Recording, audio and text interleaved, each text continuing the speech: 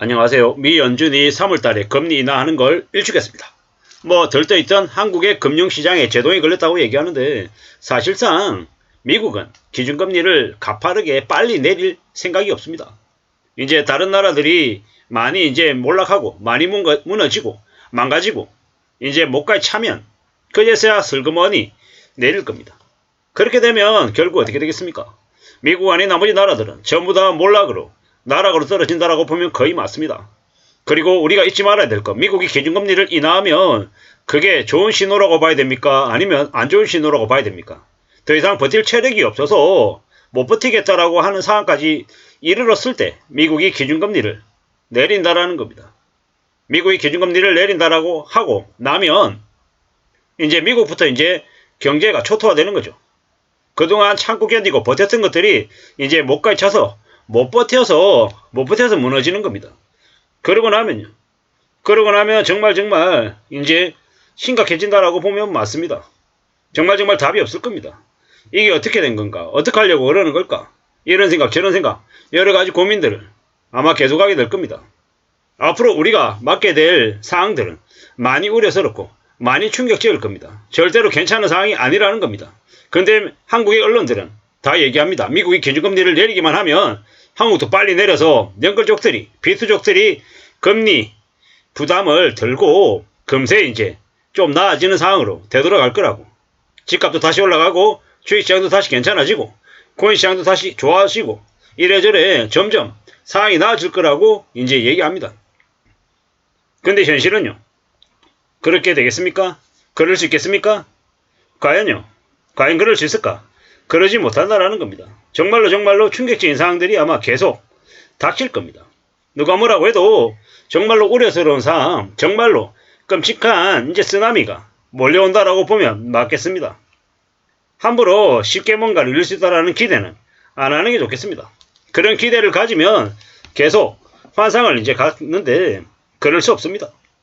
정말로 충격적인 코로나보다 더 심각한 경제 충격이 옵니다.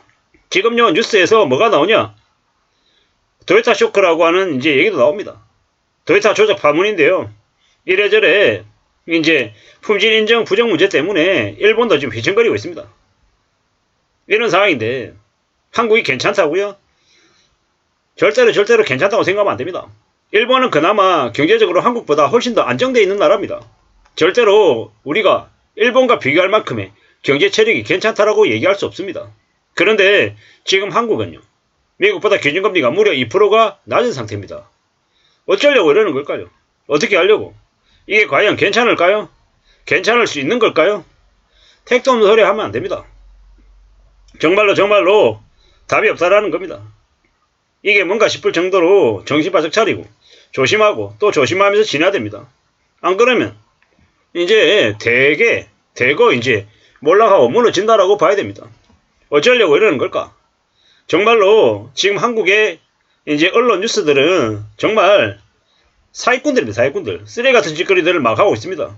지금 한국 경제가 매우 어려운 풍전등화와 같은데 괜찮은 것처럼 별일 아닌 것처럼 계속 떠들어댑니다. 그러면서 점점 더 사람들의 눈과 귀를 막고 뭐가 괜찮은 것처럼 계속 승승장구할 것처럼 저렇게 분위기를 몰아가고 있습니다. 그러면요. 앞으로 한국이라고 하는 나라가 어떻게 될까? 과연 괜찮을 수 있을까? 괜찮은 걸까? 택도 없는 소리 하면 안 됩니다. 사는 건 정말로 무섭다라는 거. 정말로 상상을 초월할 정도의 대충격이, 대혼돈이 닥친다라고 봐야 됩니다. 그런데 괜찮은 것처럼 얘기한다고요? 충격입니다. 충격. 정말로 답이 없다라고 봐야 됩니다. 이러다가 어쩌려고 하는 걸까? 이런 생각 저런 생각 많은 생각들이 듭니다. 우리는 지금 현재 살아가는 삶이 정말로 어렵습니다. 쉽지 않다라는 겁니다. 이렇게 힘들고 어려운데 어쩌려고 저러는 걸까?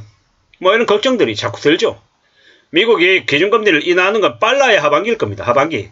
그것도 하반기 시작하자마자가 아니라 하반기 끝이 될 가능성이 큽니다. 그러면요. 한국은 빨라야 2025년 상반기나 돼야 기준금리를 내릴 수 있지 않을까라는 생각을 해봅니다. 미국이 기준금리를 인하하지 않는 건 여전히 미국의 실업률이 여전히 낮은 수치입니다. 지금 한국과 미국의 금리 격차가 2%가 나는데 한국이 미국을 따라서 빠른 속도로 금리를 내릴 수 있다? 믿으면 안 됩니다. 그렇게 믿는 것 자체가 말이 안 되는 얘기인 거고 앞으로 점점 더 놀라운 일들은 계속 터져 나올 겁니다. 별일 아닌 것처럼 괜찮은 것처럼 이야기하는 일들이 전부 다 가짜다라고 생각하면 맞겠습니다. 우리가 보통의 사람들 남들이 다 자기하고 비슷하게 사는 줄 압니다. 저 같은 경우에는 인스타그램이나 주변 사람들 얘기를 들어보면 다 잘 사는 것 같습니다. 다 수입차 끌고 다니고 다 벤츠, 아우디 끌고 다니고 해외여행 언제든지 가고 바캉스, 호캉스 그리고 뷔페 먹으러 다니고 이렇게 잘 사는 사람들이 없는 것 같습니다. 문득 저만 이렇게 사는 게 좀 빡빡한가? 이런 생각들이 듭니다. 근데 아무리 생각해봐도 제가 생각하는 게 좀 더 저도 조금 허리띠를 좀 풀고 가끔씩 정신줄을 내려놓고 사는 것 같은데 가끔씩 두려움이 듭니다.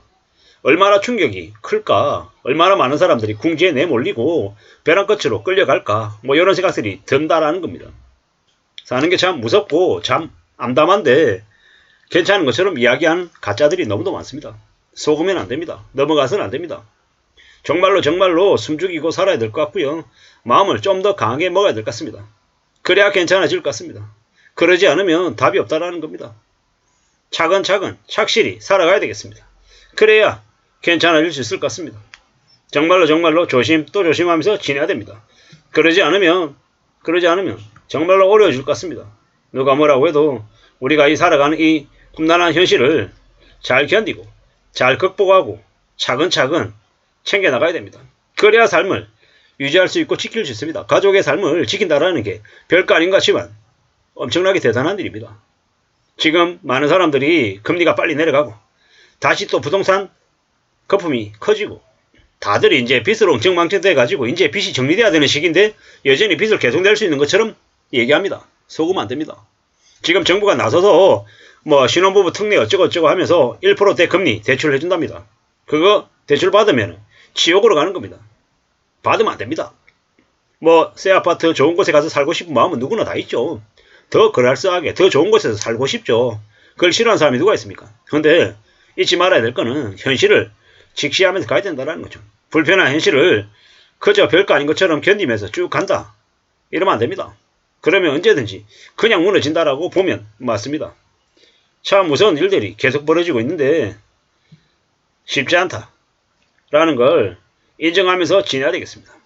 그렇게 두려움과 염려함과 공포를 안고 살아야 이 힘든 현실을 그래도 견디면서 살 수 있지 않을까라고 생각을 해봅니다. 앞으로 엄청난 쓰나미가 몰려온다라고 각오하고 지내야 되겠습니다. 이상입니다.